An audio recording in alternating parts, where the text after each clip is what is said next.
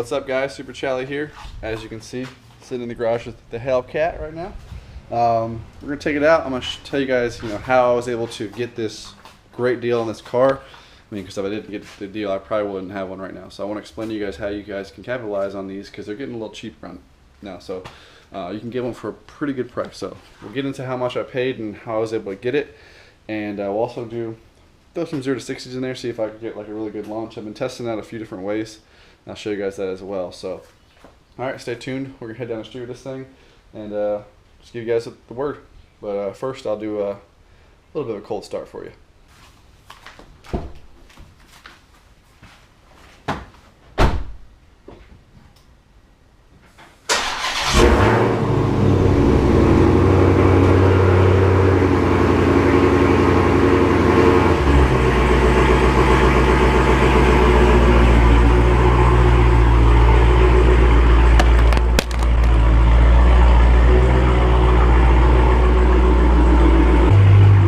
Thing sounds very good for being stock.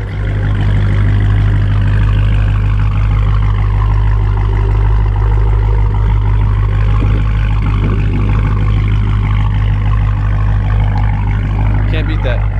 I really don't know why people do muffler deletes on these things when this thing is, I can barely talk over it already as it is, and it's stock.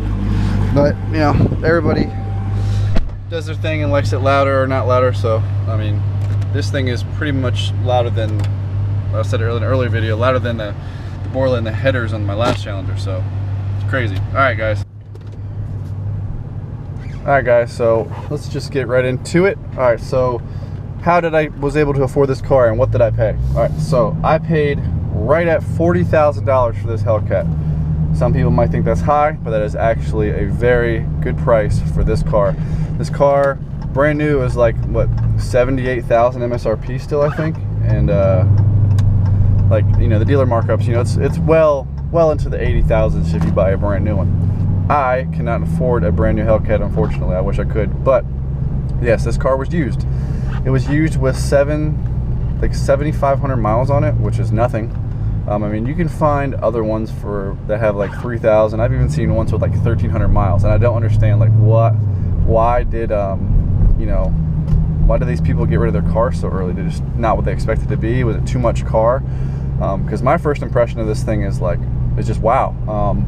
It's got all the traction control you want. It's got all the track settings you want. It's got all the comfort settings you want. Vented seats, air conditioning, eco mode, where the car handles like pretty much a normal vehicle that adjusts the shift points, so it's very comfortable to ride in. It's got the Laguna Seca Alcantara leather in it. It's very soft, very comfortable. So my first impression is they did a great job with this car. Why wouldn't anybody want to keep it?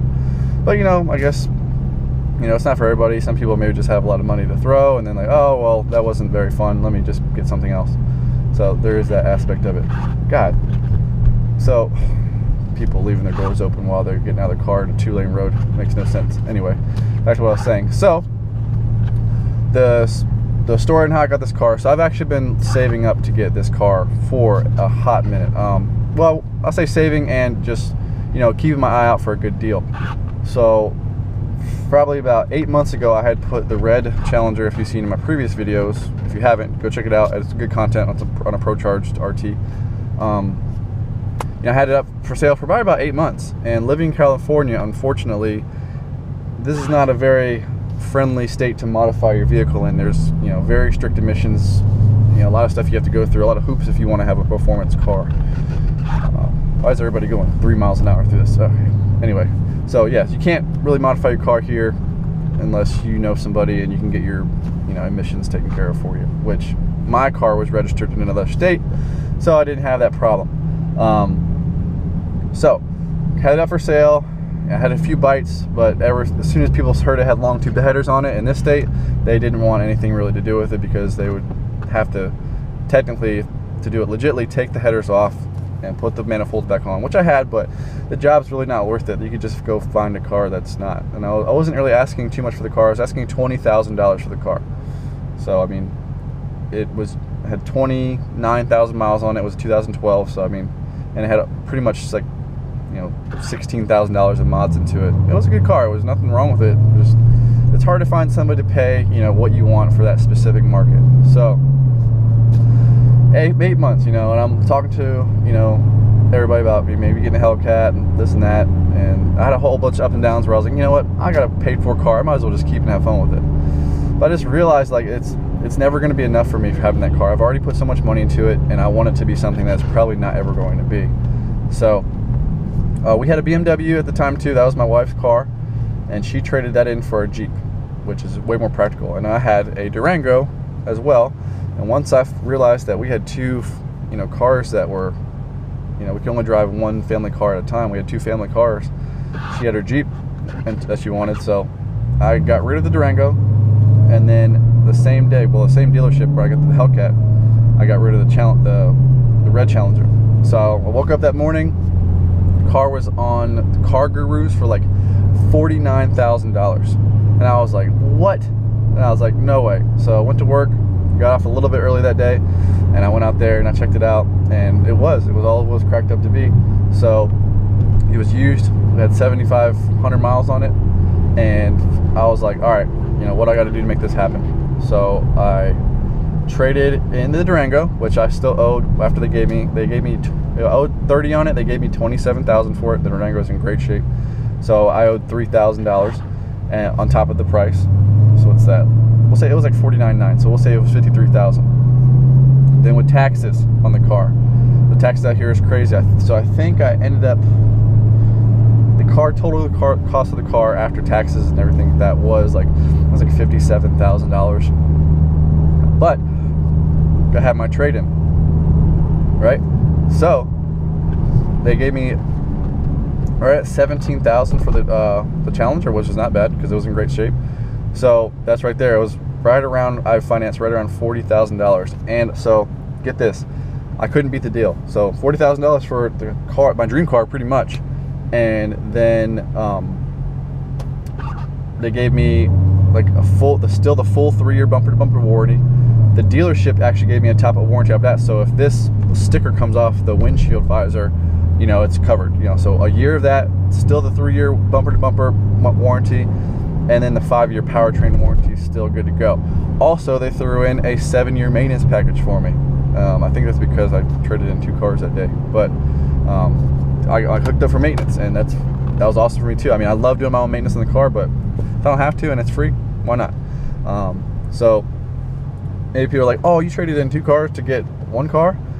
Yeah, I mean, it wasn't the most practical choice in the world, but I've wanted this car, and it was affordable to me at the time. I feel like they're not going to make this stuff forever, guys. So, you know, if you can get one, get your hands on one while you got it, like, keep it nice forever. I'm going to try to keep this thing as nice as I can forever. I love it. It's very, very easy to drive, very fun. So everyone's probably wondering, what's your insurance and what's your monthly payment? Okay, so with all the good stuff I got, $40,000, my payments are right at about $600 a month. So I think it's a little bit, or maybe like $610. I don't know, so it's not much more than Durango was, and that's where I wanted to be. I wanted to be right where the Durango was, and Durango was like $580. So I wanted to be right there, which I am. But where I saved money is I was paying full coverage on the red Challenger, and I was paying full coverage on the Durango, and still putting gas in 2 cars. So I'm putting gas in this, which it is not as good, which that's not why I bought it. I don't really care about the gas mileage, but I'm not paying full coverage on another car, and I'm not putting gas in another car. So I'm actually saving money with this vehicle a month. So that's cool. So we still have our family vehicle for getting around. We got the Jeep now, which is awesome, you know, and then I have this to cruise around in. But I am looking at getting maybe like a used Honda Civic, maybe like something small, something easy to work on that I can commute in, because this is not the best commuter car, and you know, I drive probably, we'll say 50 miles a day going to and from work and picking up children and stuff. So yeah, I mean, that's pretty much my story. If you guys have any questions on anything else about it, just hit me in the comments below, and then I'll just discuss it, I'll give you guys a full answer. I'm very truthful about this thing. I feel like I got a good deal. You guys tell me what you think if I did or not as well. Sorry, I know I'm looking ridiculous right now with a mustache craziness right now. Yeah, all right, so I am going to stop by the store real quick, and on the way back we will hit up some quick 0 to 60 launches. I'm gonna try it a different few ways and show you guys the best that's worked for me in this car so far. So stay tuned, and I'll see you guys in a little bit. Alright guys, so just got done at Walmart. Had to get me another memory card for the nice GoPro I'm using right now filming this.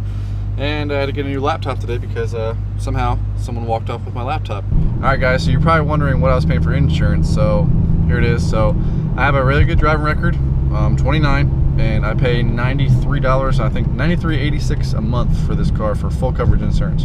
That is really good. I mean, I'm sure if you're, you know, in your 40s, it's even lower. But for me, it's about 90 bucks a month, which is, I thought it was gonna be way more than that. So I was really scared before I bought the car, but it's actually not that bad. So, especially way cheaper than me paying full coverage on 2 vehicles. So, another plus there. So, yep. All right, guys, I'm gonna try that 0 to 60. I'm gonna bring it up. I'm gonna put it in drive. All right, bring it up a little bit. RPMs.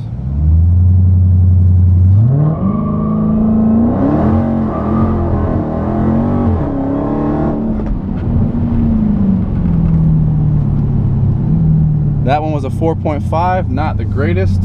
I did spin a little bit though. Try it again. All right guys, we're gonna try this again. Try to get a little bit of a better one. Get launch control on. All right, put it in second gear.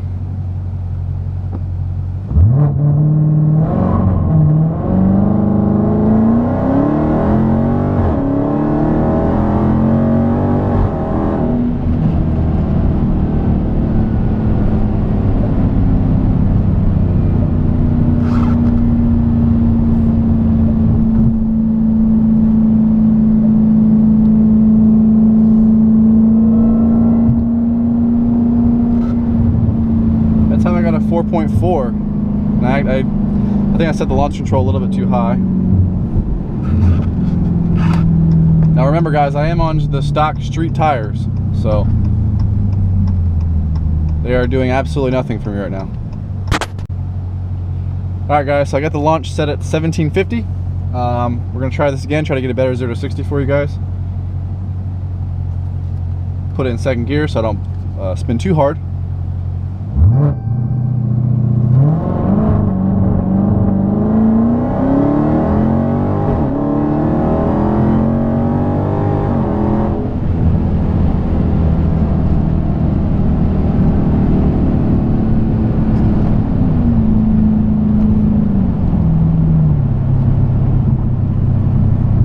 All right, let's see what we got. So it looks like a 4.40 to 60. That is not the greatest, especially for this car, because I know with a tire it will do very low 3s, and I've seen at the drag strip a 2 once. But 4.4 in the street with these tires is not too bad, but there can be better. It's just we're gonna be feathering that throttle a little bit more. So we got a 7.9 eighth mile, which is, I say, fairly decent for being on the street. I mean, it definitely, once it got up to where it wasn't spinning, it definitely took off a lot harder. I mean, if anybody has driven this car with these tires in the back, you know that this thing is pretty much, you know, socks on a hardwood floor. So trying to get a good time is very hard. But I'm pretty happy with it. 7.9 eighth mile at 94 miles an hour.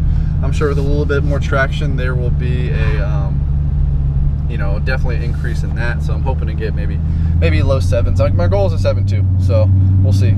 I'll take it to the track here shortly, but for the street, not bad. 4.4. I've gotten a 4.3 before, but I think it was just, you know, a mixture of just, you know, what's going on right now and the temperature outside more in the car. So, you know, it's always different, but yeah. So what I do is I put it at 1750 for the launch, had it in second gear. So the cool thing about this car is you can put it in second gear with the paddles, but once you floor it and go, it will actually take over and automatically shift for you once you hit to the you know, the red line. So you don't have to worry about, you know, the car being stuck in manual mode. So that's pretty sweet. I like that about that a lot. So really hope you guys enjoyed this video. If it helped you guys out understand the process of getting a Hellcat, because I mean, you can get one used for fairly cheap. I mean, anywhere between, I think, like 40. I mean, I think the 15s are even like 48, 47,000. So I mean, like, you can find, if you want a Hellcat bad enough, you can get a good deal on them right now. I got lucky. I got a 16 for the price. So very happy with this car. If you guys have any questions on anything else on how I got it, just let me know. I know that not everybody has another car to trade in for a Hellcat, but you know, if you want one bad enough, there are ways to get it. So just keep that in mind. But yeah, if you like this video, give me a like, give me a comment. First time stopping in, hit that subscribe button for me. Show me some support. I really appreciate all the support I've gotten so far. All right, you guys, well, stay tuned to the next video, and we'll see you guys next time. Peace.